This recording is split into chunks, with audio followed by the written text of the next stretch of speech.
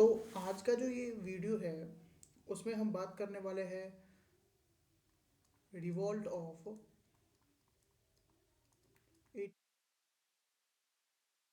इससे पहले के जो चैप्टर्स थे वो हमारा हो चुका था। अब ये मॉडर्न हिस्ट्री में हम लोग आ चुके हैं और आपको पता है कि मॉडर्न हिस्ट्री अभी हमारा चल रहा है।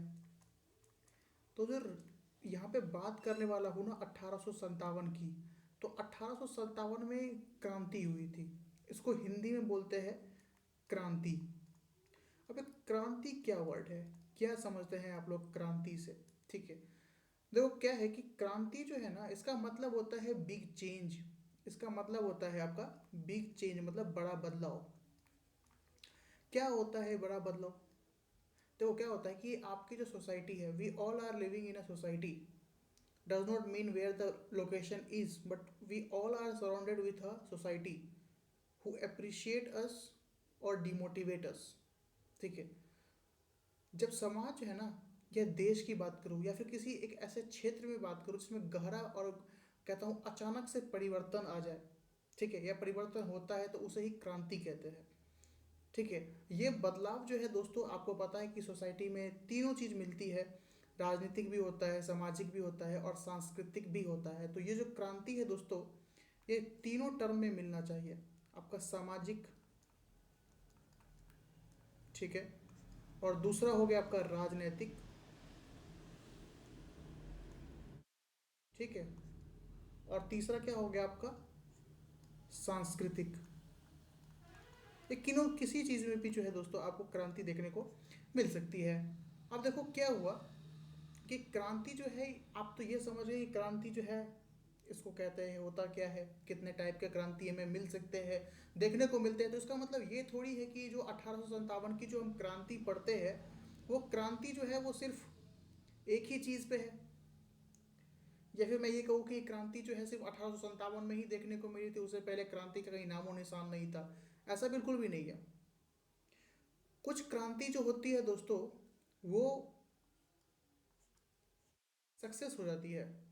ठीक है, कुछ क्रांति जो है वो सक्सेस हो जाती है, वहीं कुछ क्रांति जो है दोस्तों वो उठती तो है लेकिन वो गिर जाती है। और जो गिरी हुई क्रांति होती है, या फिर कहूँ इसको कि जो असफल क्रांति होती है, गिरी हुई तो कोई वर्ड यूज़ नहीं है, लेकिन असफल क्रांति को जो है हम पढ़ते नहीं हैं या फिर हमें पता नहीं होता है। ठीक है, तो ये कह देना कि 1857 की क्रांति जो है वो भारत की पहली ऐसी क्रांति है जिसमें इतना बड़ा चेंजेस देखने को मिलता है, इतनी चीज़ें हुई है, ऐसा बिल्कुल भी नहीं है। अगर मैं बात करूँ दोस्तों तो इससे पहले भी बहुत सारे क्रांति हो चुके थे। ठीक है, जैसे कि श्वेत विद्रोह हुआ था 1764 में। श्वेत विद्रोह, अब आपको नाम से पता चल रहा है कि श्वेत का मतलब यहाँ पे ब्रिटिशर्स की बात कर रहे हैं। श्वेत 64 ईस्वी में, शायद ही आप लोगों ने सबके बारे में सुना था। एक हुआ था आपका वेल्लोर विद्रोह। वेल्लोर, ठीक है, ये आपका हुआ था 1806 में। ठीक है, तो समय समय पर जो है वो दोस्तों क्रांतियां होती रही समाज में। ठीक है, क्रांतियां होती रही और कुछ असफल हुए, कुछ सफल हुए। तो यहाँ पर मैं दोस्तों ध्यान देने वाली बात यह है कि 1857 की जब हम बात करते हैं तो याद रखिएगा कि 1857 में जो है वो भारत में अंग्रेजी शासन के 100 वर्ष पूरे हो चुके थे। 100 ईयर्स कंप्लीट हो चुके थे। ठीक है, वो लोग इतने दिन से शासन कर रहे थे कि 100 साल जो है इसमें कंप्लीट हो चुके थे। अब धीरे धीरे लोगों को समझ में आने लगा कि दे आर जस्ट यूजिंग अस। वो हमारे लिए कुछ सोच नहीं रहे, बस हमें हमारे हमारे चीज़ों का, हमारे संसाधनों का बस वो यूटिलाइज कर रहे हैं। इससे हमें कोई प्रॉफिट नहीं हो रहा है। लेकिन 1857 की क्रांति की जो मैं बात करता हूँ तो दोस्तों इसमें सबसे प्रमुख कारण जो कहा जाता है 1857 की क्रांति में, वो कहा जाता है चर्बी वाले कारतूस। ठीक है, चर्बी वाले प्रमुख कारण जो है ना, प्रमुख कारण, प्रमुख कारण, जो क्या है कि जो हमारे इतिहासकार है ना, वो ज़्यादातर इतिहासकार जो है उन्होंने माना है कि चर्बी युक्त कारतूस को विद्रोह का प्रमुख कारण। ठीक है, उन्होंने कहा कि जो चर्बी वाले कारतूस हुए, देखो आपने एक वर्ड तो बहुत अच्छे से सुना होगा, डिवाइड एंड रूल, फूट डालो और नीति करो। ठीक है, मतलब दो को लड़ा करके, बोलते हैं ना, दो बिल्लियां लड़ती रह गई, बंदर ब्रेड लेके भाग गया, वो वाली बात है। यहाँ पर में जो चर्बी युक्त कारतूस थे, चर्बी युक्त कारतूस, इसमें चर्बी का मतलब क्या है कि चर्बी चर्बी ही क्यों यूज किया गया? आप थोड़ा सा चीजों को सोचिए कि चर्बी को ही क्यों यूज किया गया, किसी और चीज को क्यों यूज नहीं किया गया? जबकि बहुत सारी चीजें यूज करने के लिए जिसमें लड़ाई हो सकती थी, लेकिन उनको बहुत अच्छे से पता था कि ये लोग जो है ना हमेशा धर्म को अपना एक जरिया मानते हैं लड़वाने का। देखो, चर्बी का इस्तेमाल इसमें इसलिए किया गया है कि जो चर्बी है ना, इसे सुअर की चर्बी और गाय की चर्बी देखने को मिलती थी। ठीक है, कौ का एंड पिग का। ये दोनों आपको पता है कि जो पिग है वो मुस्लिम रिलीजन में जो है, मुस्लिम धर्म में जो है, इसको जो है कह सकते हैं एक बहुत बुरा इम्पैक्ट माना जाता है। और काऊ को हिंदू धर्म में ये इस्तेमाल करते थे, दांत से फाड़ना पड़ता था तभी उसको रिलोड कर सकते थे। ठीक है, तो दांत से जैसे ही फाड़ेंगे या फिर दांत से जैसे उसको काटेंगे या चबाएंगे, तो वो चर्बी आपके दांत में, आपके बॉडी में जाएगी नहीं जाएगी? एब्सोल्युटली यस, जाएगी। तो चर्बी युक्त कारतूस को जो है वो इतिहासकारों ने जो है इसका प्रमुख विद्रोह का कारण।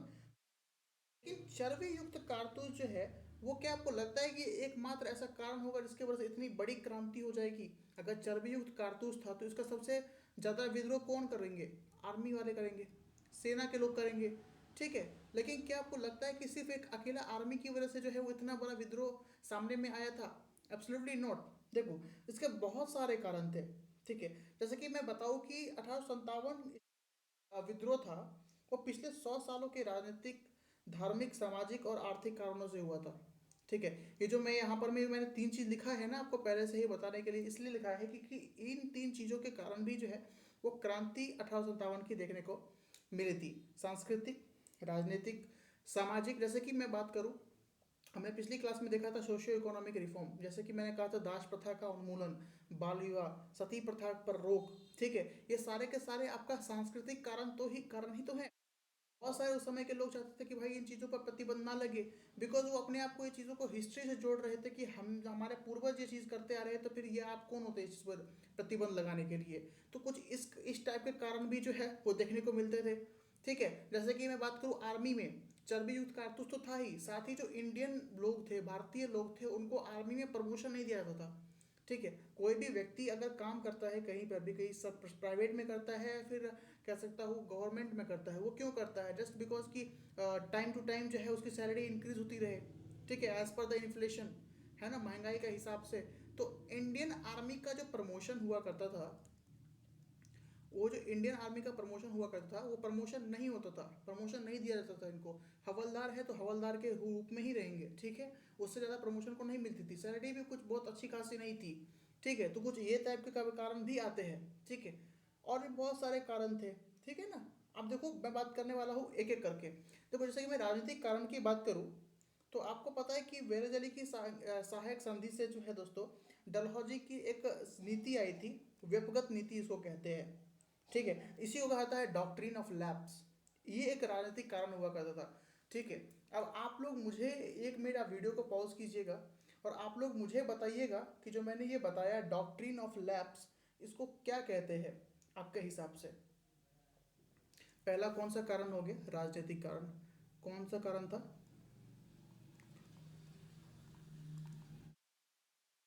Doctrine of lapse.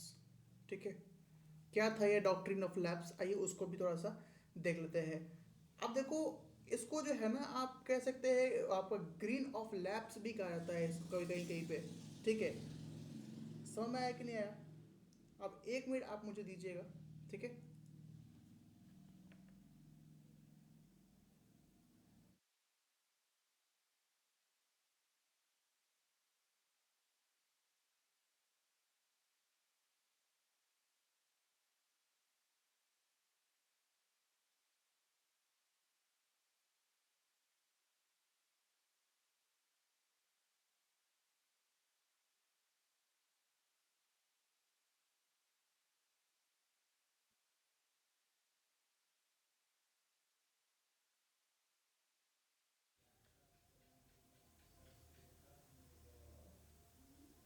ठीक है, माफ़ी चाहूँगा दोस्तों, एक कॉल आ गया था।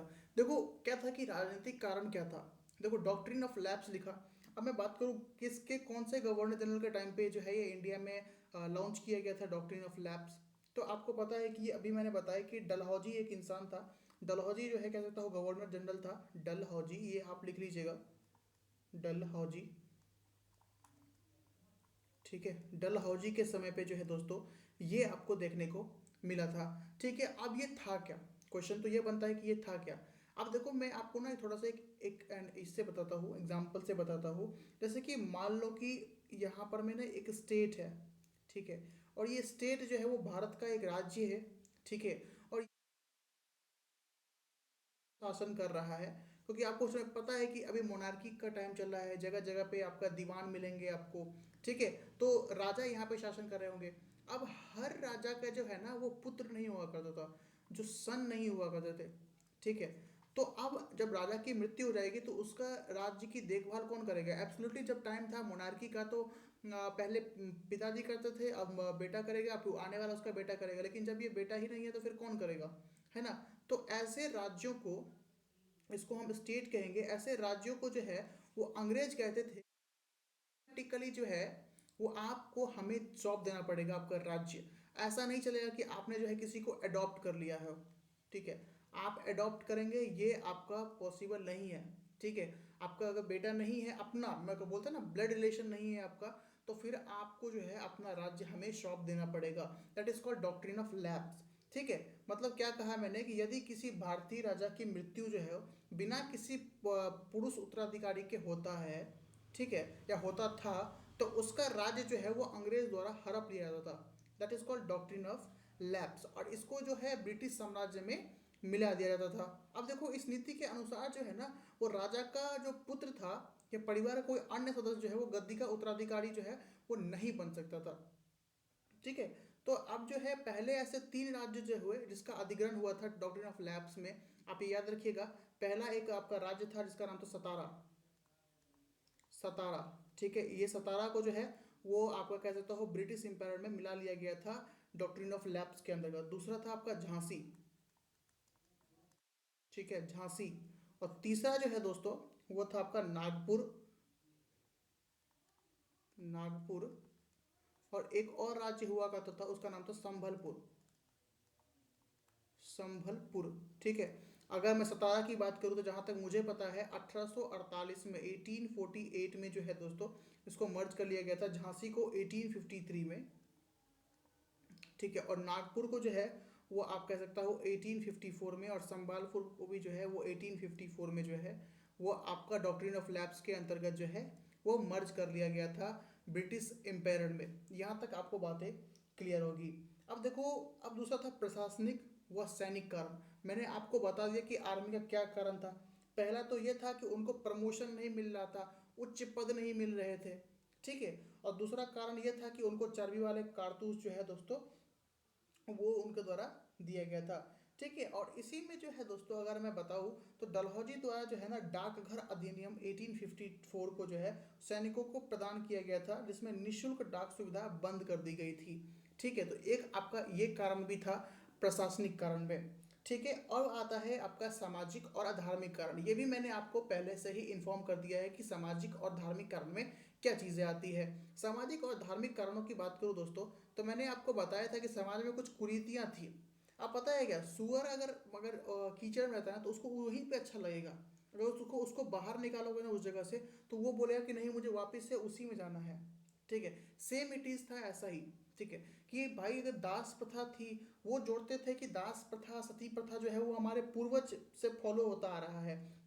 ठीक है, प्रथा बन चुकी है कि भाई हम भी फॉलो करेंगे, हमारे आने वाले बच्चे भी फॉलो करेंगे, और जो हमारे पूर्वज रह चुके हैं वो भी फॉलो करते थे।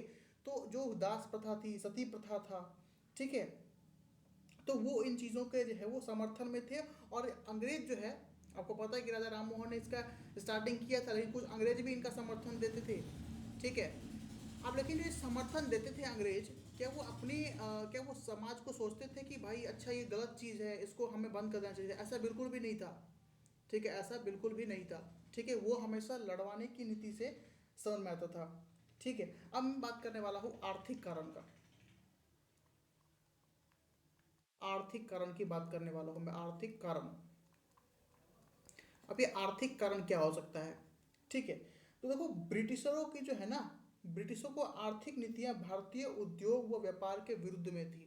ठीक है, जिससे परंपरागत जो है वो हस्तलिपि का विनाश हो गया। दूसरा आपका भू राजस्व नीति के कारण जो है आर्थिक शोषण और उत्पीड़न में असंतोष को जन्म दिया। पहला कारण क्या था? जो ये आपका कह सकता हूँ ना हैंडक्राफ्ट, उसको बर्बाद कर दिया, उसको तहस नहस कर दिया, हैंड क्राफ्टिंग को बर्बाद कर दिया था, हस्तलिपि को कह सकता हूँ, शिल्प को कह सकता हूँ बर्बाद कर दिया। दूसरा कारण था कि एक्सक्लूसिव टैक्स, टैक्स, ठीक है, जमीनों पे जो है वो अपने मन के हिसाब से, आपको पता है तीन कटिया पद्धति जो है आपका चंपारण में चली थी, उसी हिसाब से जो है चंपारण सत्याग्रह आया था नील की खेती पर। तो एक तो वो टैक्स, वो तो हो, अब फ्यूचर में होगा, जो हम आगे वाले क्लास में पढ़ेंगे फ्रीडम में, तो वो फ्यूचर में होगा, लेकिन अभी जो है आपको पता है कि मनमाना टैक्स वसूला जा रहा था। ठीक है, तो ये सब क्या करती है, अब कोई व्यक्ति जो है वो कितने दिन किसी प्रॉब्लम को सहेगा? एक दिन, दो दिन, तीन दिन, चार दिन, वो सहता क्या? अब वक्त ऐसा आता है कि भाई साहब जब ये वो कहता है ना विरुद्ध के ऊपर ना, विरोध के ऊपर प्रदर्शन के लिए उतर जाता है। ठीक है, तो ये भी ऐसा ही हुआ था, एकदम से ये सब कुछ नहीं हुआ था, धीरे धीरे जो है आपको पता है कि जो सबसे पहली अगर मैं बात करूँ श्वेत विद्रोह, आप देखिए 1764 में, ऑलमोस्ट 100 साल पहले की बात है, श्वेत विद्रोह उस समय में हुआ था।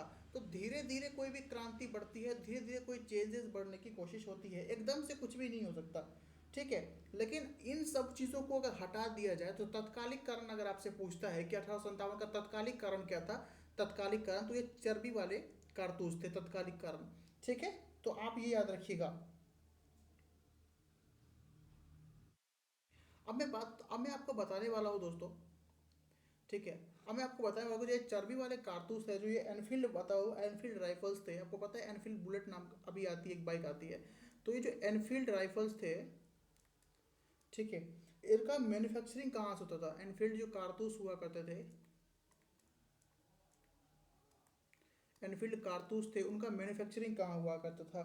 ठीक है, तो एक जगह था आपका कह सकता हूँ कारखाना हुआ करता था लंदन में, उसका नाम था वुलविच आर्सनेल। ठीक है, वुलविच आर्सनेल, ये आप याद रखिएगा, मुझे याद आ गया इसलिए मैंने आपको लिखा रहा हूँ, वुलविच आर्सनेल, वुलविच आर्सनेल। अब ये जगह है, ये फैक्ट्री हुआ करती थी उस समय की लंदन में। ठीक है, जहाँ पर में इसकी मैन्युफैक्चरिंग होती थी। ठीक है, तो आप एक आपका एग्जामिनेशन का क्वेश्चन था, तो आप इसको याद रखिएगा। ठीक है, आई होप कि आपको बातें जो है यहाँ तक समझ में आ रही होगी। ठीक है,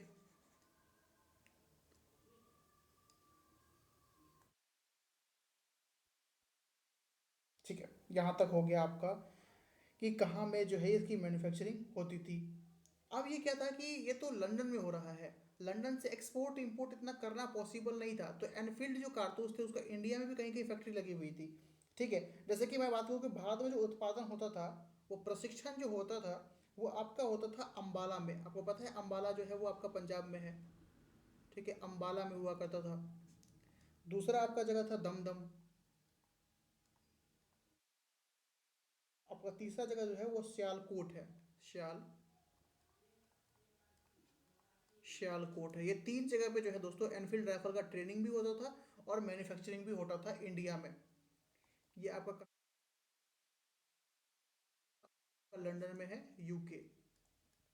ठीक है जी, तो ये आपका था मैन्युफैक्चरिंग से संबंधित, क्योंकि जो तत्कालिक कारण थे वो इसी को माना जाता है, एनफील्ड वाले कारतूस को। अब क्या होता है कि 29 मार्च 1857 को जो है मंगल पांडे, ठीक है, मंगल पांडे नामक जो है वो आपका 34वें बंगाल नेटिव कैसे तो इन्फेंट्री, जिसको BNI का शॉर्ट में BNI भी कहा जाता है, उसका वो सैनिक हुआ करता था। ठीक है, 29 मार्च होता है ये, 29 मार्च को 1857 में, 1857 में एक मंगल पांडे नाम का एक सैनिक था। मंगल, ठीक है, मंगल पांडे नाम का एक व्यक्ति था, जो आपका 34वें बंगाल नेटिव इन्फेंट्री का एक सदस्य था। नेटिव इन्फेंट्री,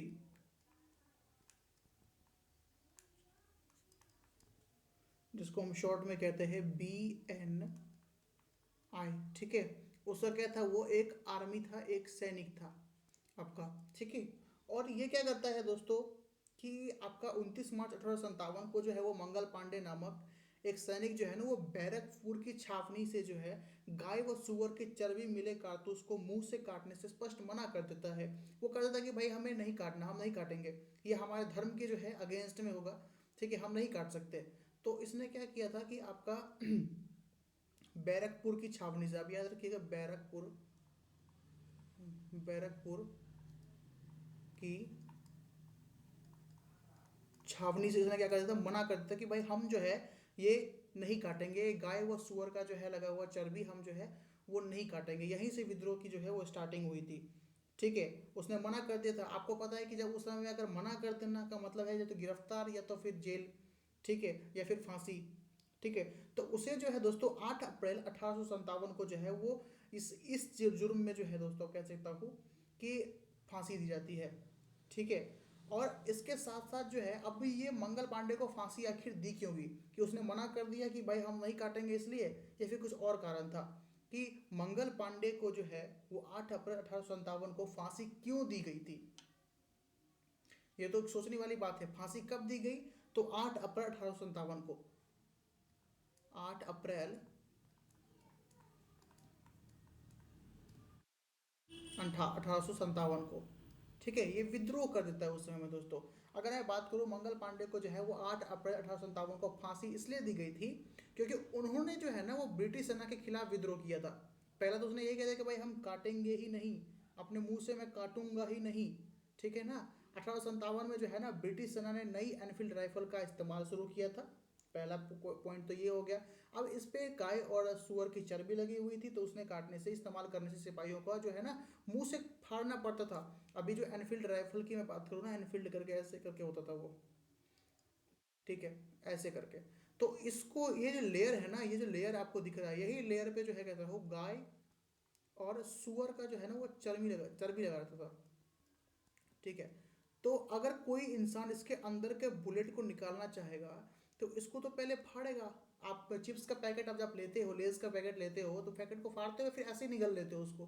तो फाड़ते हो तो अपने दांत से फाड़ते हो या फिर हाथ से फाड़ते होगे, तो उसको अब दांत से तोड़ना पड़ता था, फाड़ना पड़ता था। ठीक है, तो अब देखो क्या था कि हिंदू और मुस्लिम यहाँ पर में दोनों रिलीजन को जो है वो आहत हुआ था। जैसे कि मैंने आपको पहले की स्लाइड में बताया था कि आप यहाँ पे देखिए कि जो ये पिग है, सुअर है, वो मुस्लिम के लिए जो है वो कह सकता हूँ ये बहुत ज़्यादा कह सकता है वो प्रॉब्लमेटिक था। ठीक है, और गौ के जो है ना, गाय जो है वो हिंदू के लिए जो है बहुत बड़ा प्रॉब्लमेटिक था।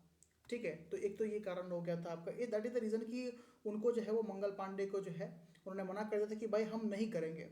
ठीक है, इसको नहीं करेंगे, विद्रोह कर देते इसके अगेंस्ट में। तो इनको जो है वो 8 अप्रैल 1857 को जो है वो फांसी दी जाती है। इसके साथ साथ जो है एक और भी बंदे जो है उनके साथ साथ सम्मिलित थे इसमें, उनको भी जो है दोस्तों वो फांसी दी गई थी। जैसे कि ईश्वरी पांडे को भी जो है ना मंगल पांडे की मदद के आरोप में जो है वो फांसी दी गई थी। तो मंगल पांडे के साथ साथ किनको फांसी दी गई थी, तो ईश्वरी पांडे को भी।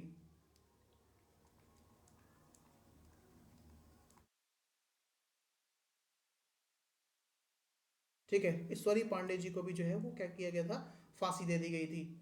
ठीक है, अब क्या होता है, 10 मई 1857 को जो है वो मेरठ की पैदल टुकड़ी जो है, जिसको हम कहते हैं 20 नेटिव इन्फेंट्री।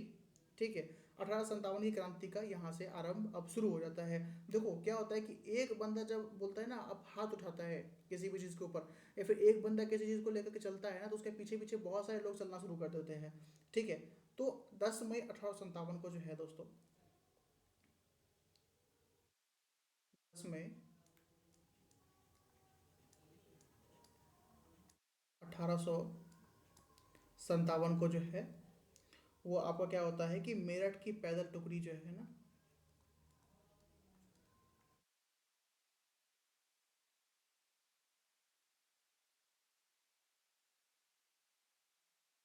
टुकड़ी जो है ना वो 20 इन्फेंट्री द्वारा, 20 नेटिव इन्फेंट्री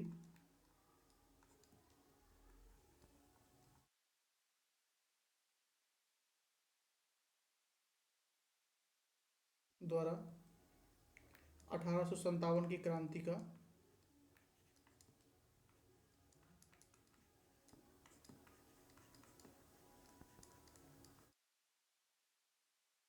आरंभ होता है। ठीक है, तो मेरठ की पैदल टुकड़ी 20 नेटिव इन्फेंट्री द्वारा जो है 1857 की क्रांति क्या होता है, आरंभ होता है। ठीक है, अब विद्रोह की जो समयावधि जो है दोस्तों, वो भारत का गवर्नर जनरल जो था वो लॉर्ड कैनिंग था।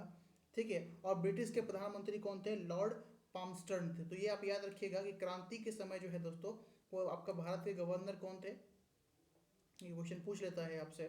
ठीक है, 1857 के क्रांति के समय जो दोस्तों कौन कौन क्या थे, तो 1857 के क्रांति के समय जो है वो आपका गवर्नर जनरल जो है,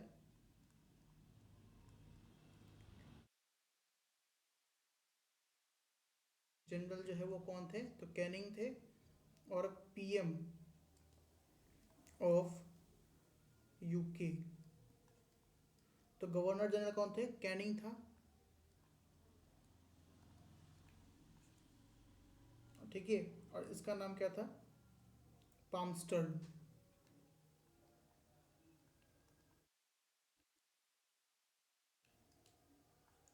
ये आप ये पॉइंट याद रखिएगा। अब कभी कभार जो है दोस्तों इनके सिंबल्स से भी क्वेश्चंस पूछ लेते हैं कि भाई जो ये क्रांति हुआ करती थी तो इनका सिंबल क्या था। ठीक है, तो आप याद रखिएगा इनका जो सिंबल था वो था कमल का फूल। ठीक है, एवं रोटी। सिंबल जो था ना वो था आपका लोटस एंड ब्रेड। ठीक है, लोटस को बोलते हैं कमल का फूल और ब्रेड का मतलब होता है रोटी। ठीक है, तो ये हो गया आपका। अब अगला देखिए, अगला पॉइंट मैं पॉइंट टू पॉइंट आपको बता रहा हूँ, जो इंपॉर्टेंट है वही। ठीक है, अब देखो क्या हुआ था कि विद्रोह में जो है ना वो शामिल सर्वाधिक सिपाही जो है वो अवध के थे। मेरठ से स्टार्ट हुआ था, Meerut is in UP, Awadh is also in UP. ठीक है, तो मैक्सिमम जो कह सकता हूँ व्यक्ति इसमें आए थे। ठीक है, वो अवध के लोग थे। ठीक है, इसलिए जो है दैट इज द रीजन कि इसको जो है वो अवध सैनिकों की कह सकता हूँ पौधशाला जो है वो भी कहा जाता है इस चीज़ को। ठीक है, तो आप याद रखिएगा जो मैक्सिमम लोग थे, आप मैं इसको लिखा देता हूँ, विद्रोह में शामिल, विद्रोह में शामिल सर्वाधिक सिपाही,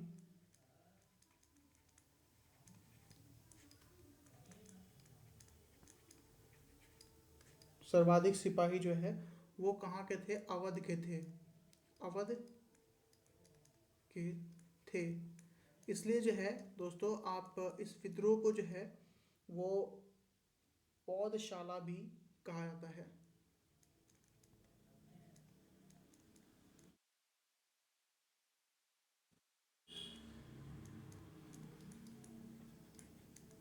अब यहाँ पे डाउट आपका ये आ रहा होगा कि विद्रोह में सर्वाधिक जो है व्यक्ति शामिल थे, सिपाही शामिल थे, वो अवैध के थे, तो इसे पौधशाला क्यों कहा गया।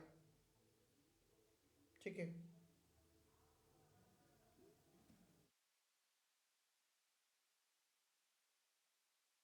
ठीक है, पौधशाला इसे क्यों कहा गया। तो दोस्तों क्या था कि जब भी जो ये आपका अवध है, पहले तो आप ये याद रखिए जो अवध जो है वो आपका यूपी में पड़ता है, उत्तर प्रदेश में पड़ता है। ठीक है, अब इसमें क्या था ना कि पौधशाला को जो है ना वो इंग्लिश में नर्सरी कहा जाता है। ये जो आपका पौधशाला है ना, पौध का मतलब होता है क्या, प्लांट, और शाला का मतलब क्या होता है, पाठशाला हो गया, जहाँ पे पढ़ाई करते हैं तो पाठशाला। तो पौधशाला, पौधशाला को जो है वो कह सकते हैं नर्सरी कहा जाता है। ठीक है, इसको क्या कहा जाता है इंग्लिश में, इसको इंग्लिश में नर्सरी कहा जाता है। देखो पौधशाला इसलिए कहा गया कि 1857 का विद्रोह जो है वो भारतीय स्वतंत्रता की पहली संगठित चेष्टा थी। कि यहाँ जो है व्यक्ति कह सकता हूँ ग्रुप में आए हुए थे। यहाँ पे कोई अलग स्पेसिफिक अकेला बंदा जो है वो विद्रोह नहीं कर रहा था, इसमें पूरा ग्रुप चलता था, पूरा एकदम कह सकता हूँ हुजूम चल रहा था उस समय का। ठीक है, सब एकजुट थे अंग्रेज के खिलाफ।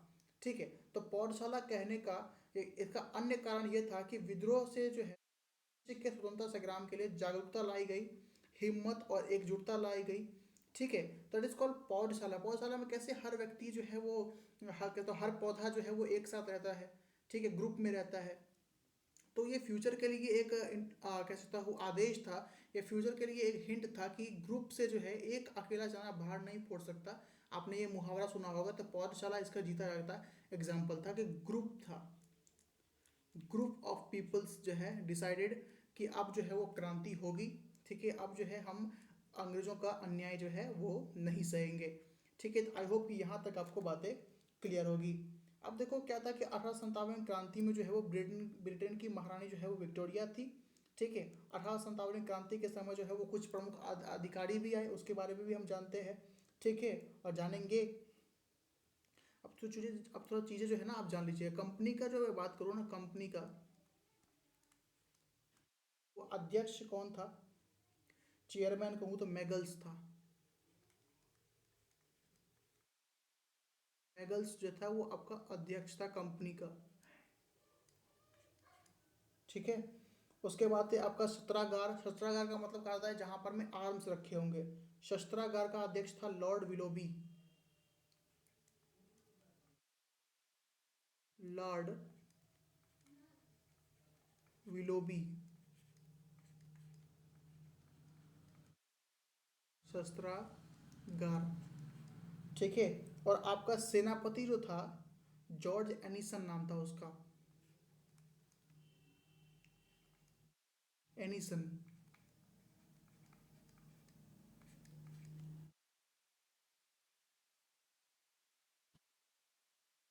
प्रमुख सेनापति था दोस्तों ये एनिसन। और उस समय जो है वो अ, ब्रिटेन की महारानी कौन थी? तो महारानी महारानी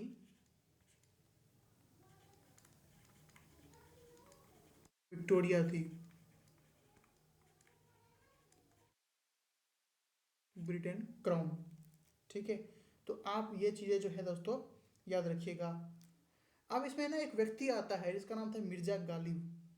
ठीक है, अब ये ऐसा व्यक्ति था जिसने 1857 की क्रांति जो है वो अपनी आंखों से देखा था। ठीक है, आप याद रखिएगा। जो कभी कभार एग्जामिनेशन में पूछ लेता है कि अपने आंखों से जो है वो 1857 की क्रांति किसने देखी थी। ठीक है, तो एक प्रमुख व्यक्ति था जिसका नाम था मिर्जा गालिब, जिसने 1857 की क्रांति को अपनी आंखों से देखा था। अब इसका मतलब क्या है? ठीक है, हर किसी के मतलब में जो है ना, हर किसी वर्ड में जो है ना, ये जब मतलब लगा रहते हैं ना, मीनिंग कि भाई क्या मतलब है, बाकी लोगों ने क्या आंख बंद करके इस चीज़ों को देखा था क्या? ठीक है, तो जब मतलब की बात आती है दोस्तों तो बहुत चीज़ें जो है वो दोस्तों क्लियर हो जाती है। ठीक है, तो आप लोग इसको पहले नोट डाउन कर लीजिए जो मैंने ऊपर में लिखा हुआ है कंपनी के बारे में, क्योंकि ये बहुत इंपॉर्टेंट है। हमारे देश में किन किन लोगों ने पार्टिसिपेट किया था ये तो आप पढ़ोगे ही, ये तो इम्पोर्टेंट है ही। साथ ही जो कंपनी के कौन कौन से लोग थे, ठीक है, वो कौन थे। अब आपको पता है दोस्तों कि जो मैं अगर बात करूँ ना, जो कोई शायरी करता रहता है ना, तो लोग कभी कभार जो है ना, अगर कोई अच्छी शायरी करता है तो बोलता है कि भाई ये तो मिर्जा गालिब की कह सकता है तरह जो है वो शायरी कह रहे हैं। या फिर कोई गंदा शायरी सुनाता है ना, या बेकार शायरी को सुनाता है ना, बोलता है आप तो मिर्जा गालिब की तौहीन कर रहे हैं। ठीक है, तो एक व्यक्ति हुआ करता था मिर्जा गालिब। मिर्जा गालिब ये आपका शायर था, शायर हुआ करता था ये। तो इसने क्या किया था कि 1857 की क्रांति को अपनी आंखों से देखा, और उस समय के जो भय हुआ करते थे, डर था, हिंसा थी और तबाही का जो है वर्णन अपने पत्रों में किया था। ठीक है, जो उस युग की पीड़ा को दर्शाता है। दैट इज द रीजन को कहा जाता है कि इन्होंने अपनी आंखों से जो है वो 1857 की क्रांति को देखा था। ठीक है, अपनी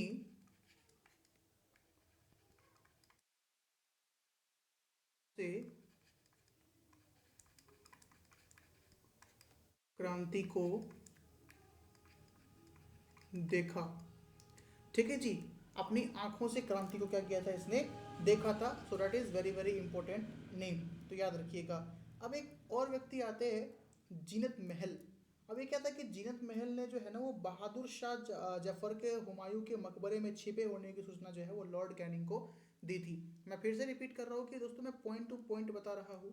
ठीक है, जो इंपॉर्टेंट है आपके एग्जामिनेशन के लिए वो जीनत महल। तो याद रखिएगा, जीनत महल से बहुत बार क्वेश्चन आया है, जीनत महल से। जीनत महल, इसने जो है दोस्तों, जीनत महल ने जो है ना वो बहादुर शाह जफर, ठीक है, ये एक व्यक्ति था। अब आप मुझे बताइए कि बहादुर शाह जफर कौन था? ठीक है, और मेरा क्वेश्चन है आपसे कि बहादुर शाह जफर जो है वो आपका कौन था? तो ये जो बहादुर शाह जफर था दोस्तों, बहादुर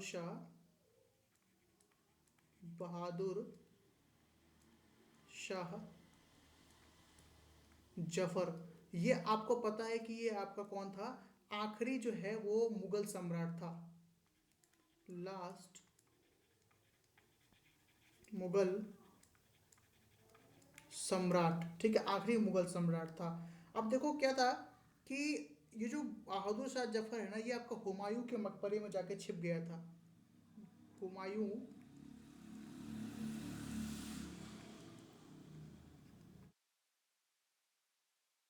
ठीक है, तो हुमायूं के मकबरे में जाके छिप गया था। अब इसकी जानकारी जो है, क्योंकि अंग्रेज इसको ढूंढ रहे थे, ठीक है, तो अब इसकी जानकारी जो है दोस्तों कि भाई साहब कि ये जो बहादुर शाह जफर है ये आपका हुमायूं के मकबरे में छुपा हुआ है, तो जीनत महल ने ये जानकारी दी थी। किसको दिया था, तो मैंने अभी आपको पिछली स्लाइड में बताया था कि लॉर्ड कैनिंग उस समय का गवर्नर जनरल था, लॉर्ड कैनिंग को दी थी ये सूचना कि ये जो बंदा जो है यहाँ पर में छिपा हुआ है, इसको आप जा करके पकड़ लीजिए, धर दबोचिए, जो भी करना है कीजिए, ठीक है। तो ये था। अब क्या था, अब क्या होगा, अब कौन सा पॉइंट है कि अब क्या है कि एक व्यक्ति हुआ करता था उस समय का, तात्या टोपी, ठीक है, ये एक बहुत बड़ा क्रांतिकारी था, ठीक है, जिसे सार्वजनिक रूप से जो है दोस्तों वो फांसी दी गई थी, ठीक है। तात्या टोपे को जो है ना वो आपका सार्वजनिक रूप से फांसी दी गई थी। हम आगे पढ़ेंगे कि तात्या टोपे ने जो है वो किसके साथ जो है वो मिला हुआ था। आपको पता है कि रानी लक्ष्मीबाई के साथ जो है वो झांसी का नेतृत्व जो है वो रानी लक्ष्मीबाई कर रही थी और तात्या टोपे उनके साथ में था। जून 1857 में होता है ये, ठीक है। तो आप सुनिएगा अगला पॉइंट कि हमारे बिहार के एक व्यक्ति थे कुंवर सिंह, ठीक है, जो ये एकमात्र ऐसे व्यक्ति थे, बिकॉज और जो क्रांतिकारी थे वो क्या हो गए थे, अरेस्ट हो गए थे, उनको और लोगों को अरेस्ट कर लिया गया था, लेकिन एकमात्र ऐसे व्यक्ति थे बिहार के जिनका नाम था वीर कुंवर सिंह, ठीक है। अब इनके नाम पे कॉलेज भी है वीर कुंवर सिंह के नाम पे, ठीक है, कुंवर सिंह कॉलेज पटना में है। तो कुंवर सिंह को जो है वो एकमात्र ऐसे व्यक्ति थे, कुंवर सिंह कभी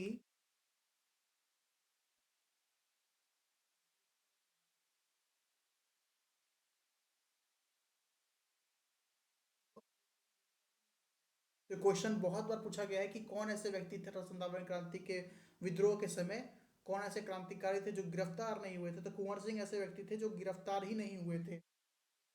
आप बातें आगे याद रखिएगा, ठीक है। अब एक व्यक्ति आता है जिसका नाम था कैप्टन गार्डन, ठीक है। गार्डन एकमात्र ऐसा अंग्रेज था जो ब्रिटिश सरकार के विरुद्ध लड़ा था, ये भी आप याद रखिएगा इस पॉइंट के साथ कि कैप्टन गार्डन, कैप्टन गार्डन, जितना इसका नाम है गार्डन उसे इसका दिल भी था गार्डन गार्डन, खुशनुमा। ये था कैप्टन गार्डन जो है वो ब्रिटिशर्स के अगेंस्ट में लड़ा था, यानी कि अंग्रेजों के अगेंस्ट में ब्रिटिश सरकार के विरुद्ध लड़ा था, ब्रिटिश सरकार के ब्रिटिश सरकार के विरुद्ध,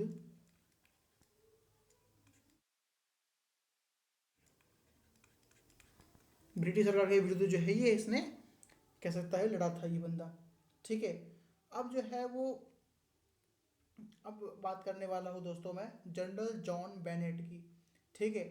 इसका पूरा नाम था जनरल जॉन बेनेट हियरसे, ठीक है। General John Bennett hearsay Barrackpore छावनी में 34वें नेटिव इन्फेंट्री के कमांडिंग ऑफिसर थे, जहाँ से दोस्तों मंगल पांडे की कहानी स्टार्ट होती है, ठीक है। मंगल पांडे की कहानी क्या होती है, स्टार्ट होती है। अब यहाँ पे देखिएगा, ये यहाँ पर मैं एक पॉइंट ऐड कर लीजिएगा, ठीक है। 34वें बंगाल नेटिव इन्फेंट्री के जो कमांडिंग ऑफिसर थे,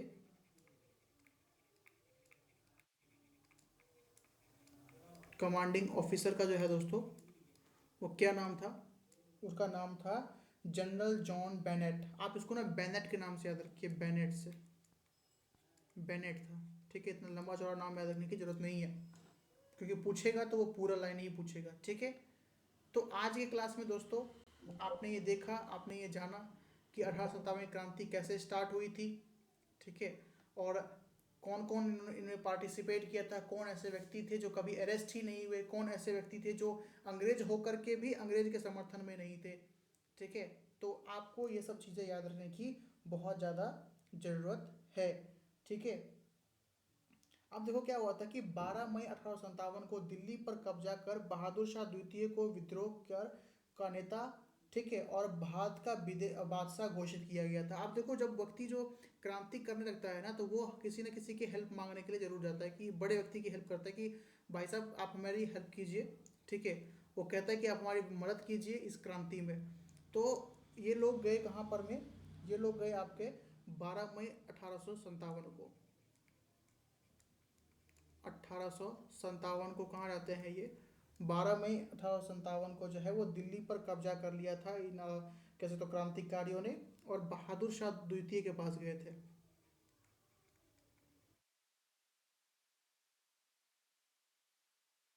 शाह द्वितीय के पास गए थे, ठीक है, और इनको भारत का बादशाह घोषित किया था। ठीक है, भारत का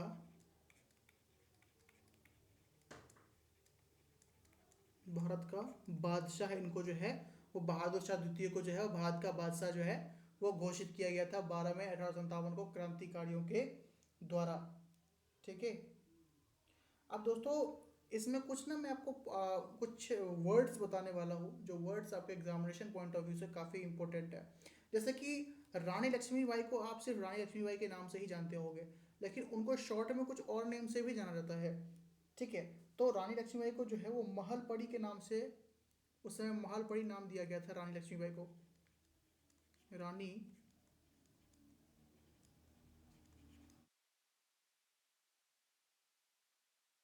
महलपरी।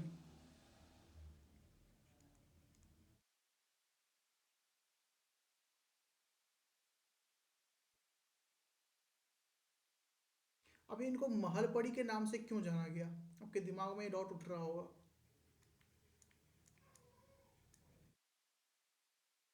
ठीक है, रानी लक्ष्मीबाई को महलपरी के नाम से क्यों जाना गया 1857 की क्रांति के समय। ठीक है, दूसरा आपका पॉइंट बनता है यहाँ पर में दोस्तों कि हजरत महल को महक परी भी कहा जाता है, हजरत महल।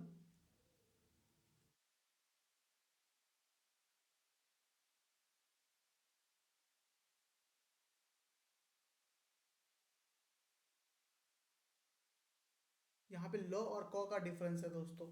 ठीक है, और कंफ्यूज करने के लिए आपको दोनों ऑप्शन में देखने को मिलता है। तो 1857 की क्रांति के समय जो है दोस्तों रानी लक्ष्मीबाई को उनके साहस और वीरता के कारण जो है वो झांसी की रानी कहा जाता है। ये बात तो आप सभी को पता है। ठीक है, और आपको पता है कि ये जो इनका नाम था महल परी, ये इनको जो है वो टाइटल दिया गया था क्रांतिकारियों के द्वारा। ठीक है, या फिर कहते तो शॉर्ट वर्ड में जो है इनको महल परी भी कहा गया था। ठीक है, अब बात करने वाला हूँ भारत सरकार अधिनियम 1858 की। ठीक है, कि 1857 के विद्रोह के उपरांत जो है दोस्तों भारत सरकार अधिनियम 1858 के द्वारा जो है वो दोस्तों कंपनी का शासन को समाप्त कर दिया गया था, और ब्रिटिश क्राउन ने जो है वो अपने हाथ में ले लिया था। तो आप इस अधिनियम को याद रखिएगा, भारत सरकार अधिनियम, भारत सरकार अधिनियम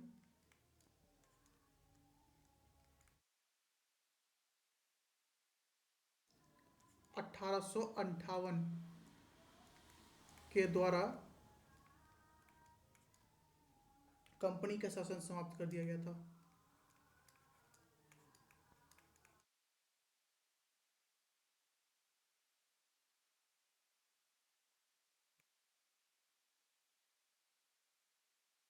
सत्ता जो है सीधे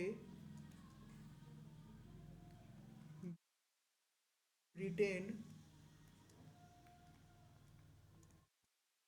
क्राउन के पास चली गई थी। और ये बहुत इंपॉर्टेंट, और ये बहुत इंपॉर्टेंट लाइन है। ठीक है, अब क्या ये क्रांति सफल हुई थी क्या, अगर आपसे पूछ ले कि क्या ये क्रांति जो है दोस्तों सफल हुई थी, तो एब्सोल्युटली नॉट।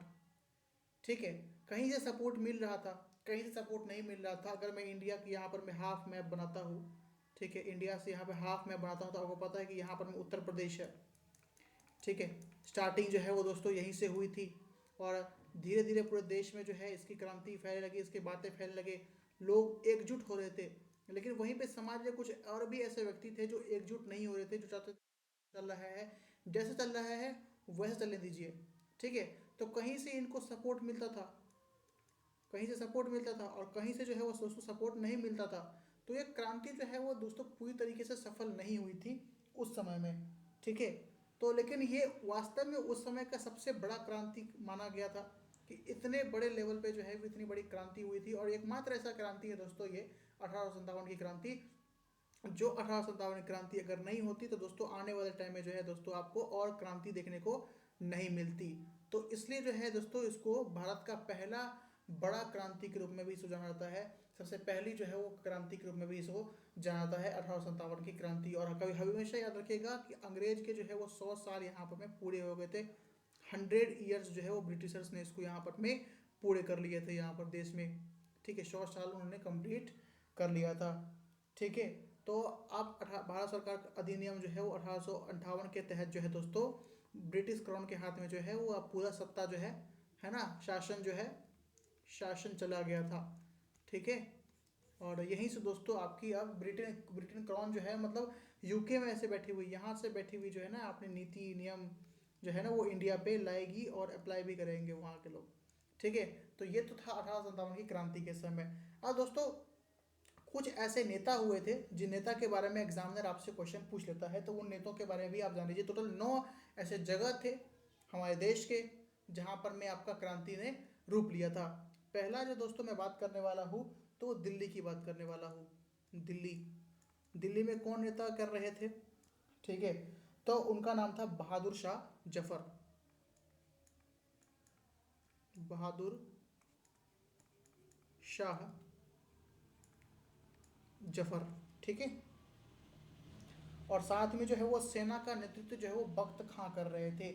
इलाहाबाद में कौन कर रहे थे, इलाहाबाद, पहले मैं यहाँ पर मैं स्टेट के नाम लिख देता हूँ, इलाहाबाद, जगदीशपुर,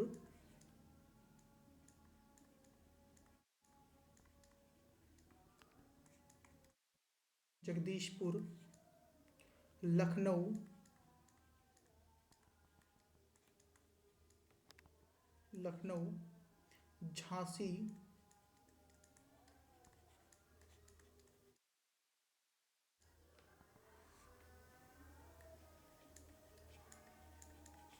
बरेली। आपको मैक्सिमम जो यहाँ पर में जगह देखने को मिलेंगे दोस्तों वो सारे यूपी के थे। फैजाबाद,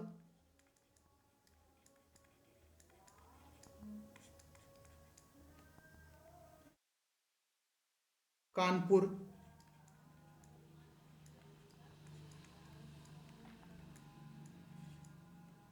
फतेहपुर।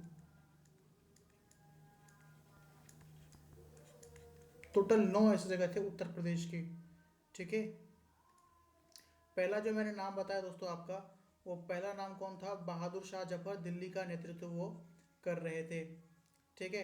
जिनको किसने पकड़वाया था आपका लॉर्ड कैनिंग से, तो वो आप मुझे बताइएगा, ठीक है। इलाहाबाद से कौन नेतृत्व कर रहे थे, तो उनका नाम था लियाकत अली,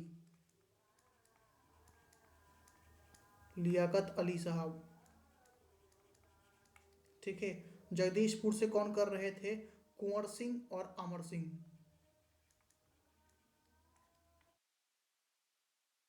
कुंवर सिंह, अमर सिंह। और लखनऊ से बेगम हजरत महल।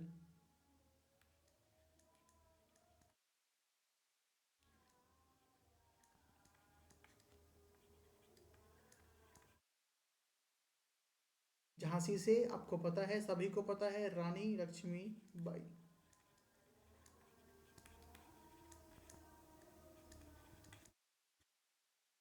और साथ में कौन कर रहा था, तात्या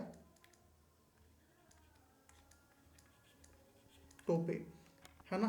बरेली से कौन, खान बहादुर खान।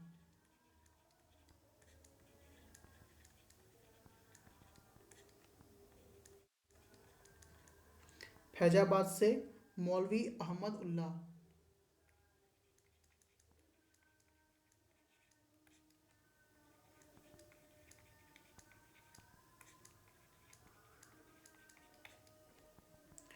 कानपुर नाना साहब।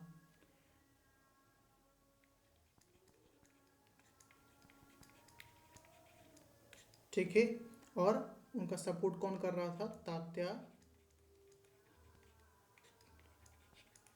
टोपे। फतेहपुर से अजीमुल्ला।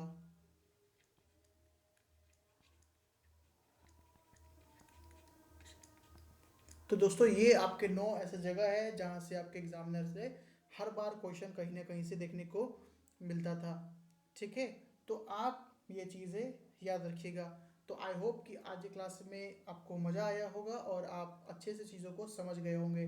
ठीक है, और इसी के साथ जो है दोस्तों आपका ये चैप्टर रिवॉल्ट ऑफ 1857 छोटा सा चैप्टर था, जानने के लिए इसमें बहुत चीज़ें थी। ठीक है, तो वो हमने चीज़ों को समझा, जाना, परखा और उसको समझ करके जो है हम चीज़ों को आगे बढ़ रहे हैं।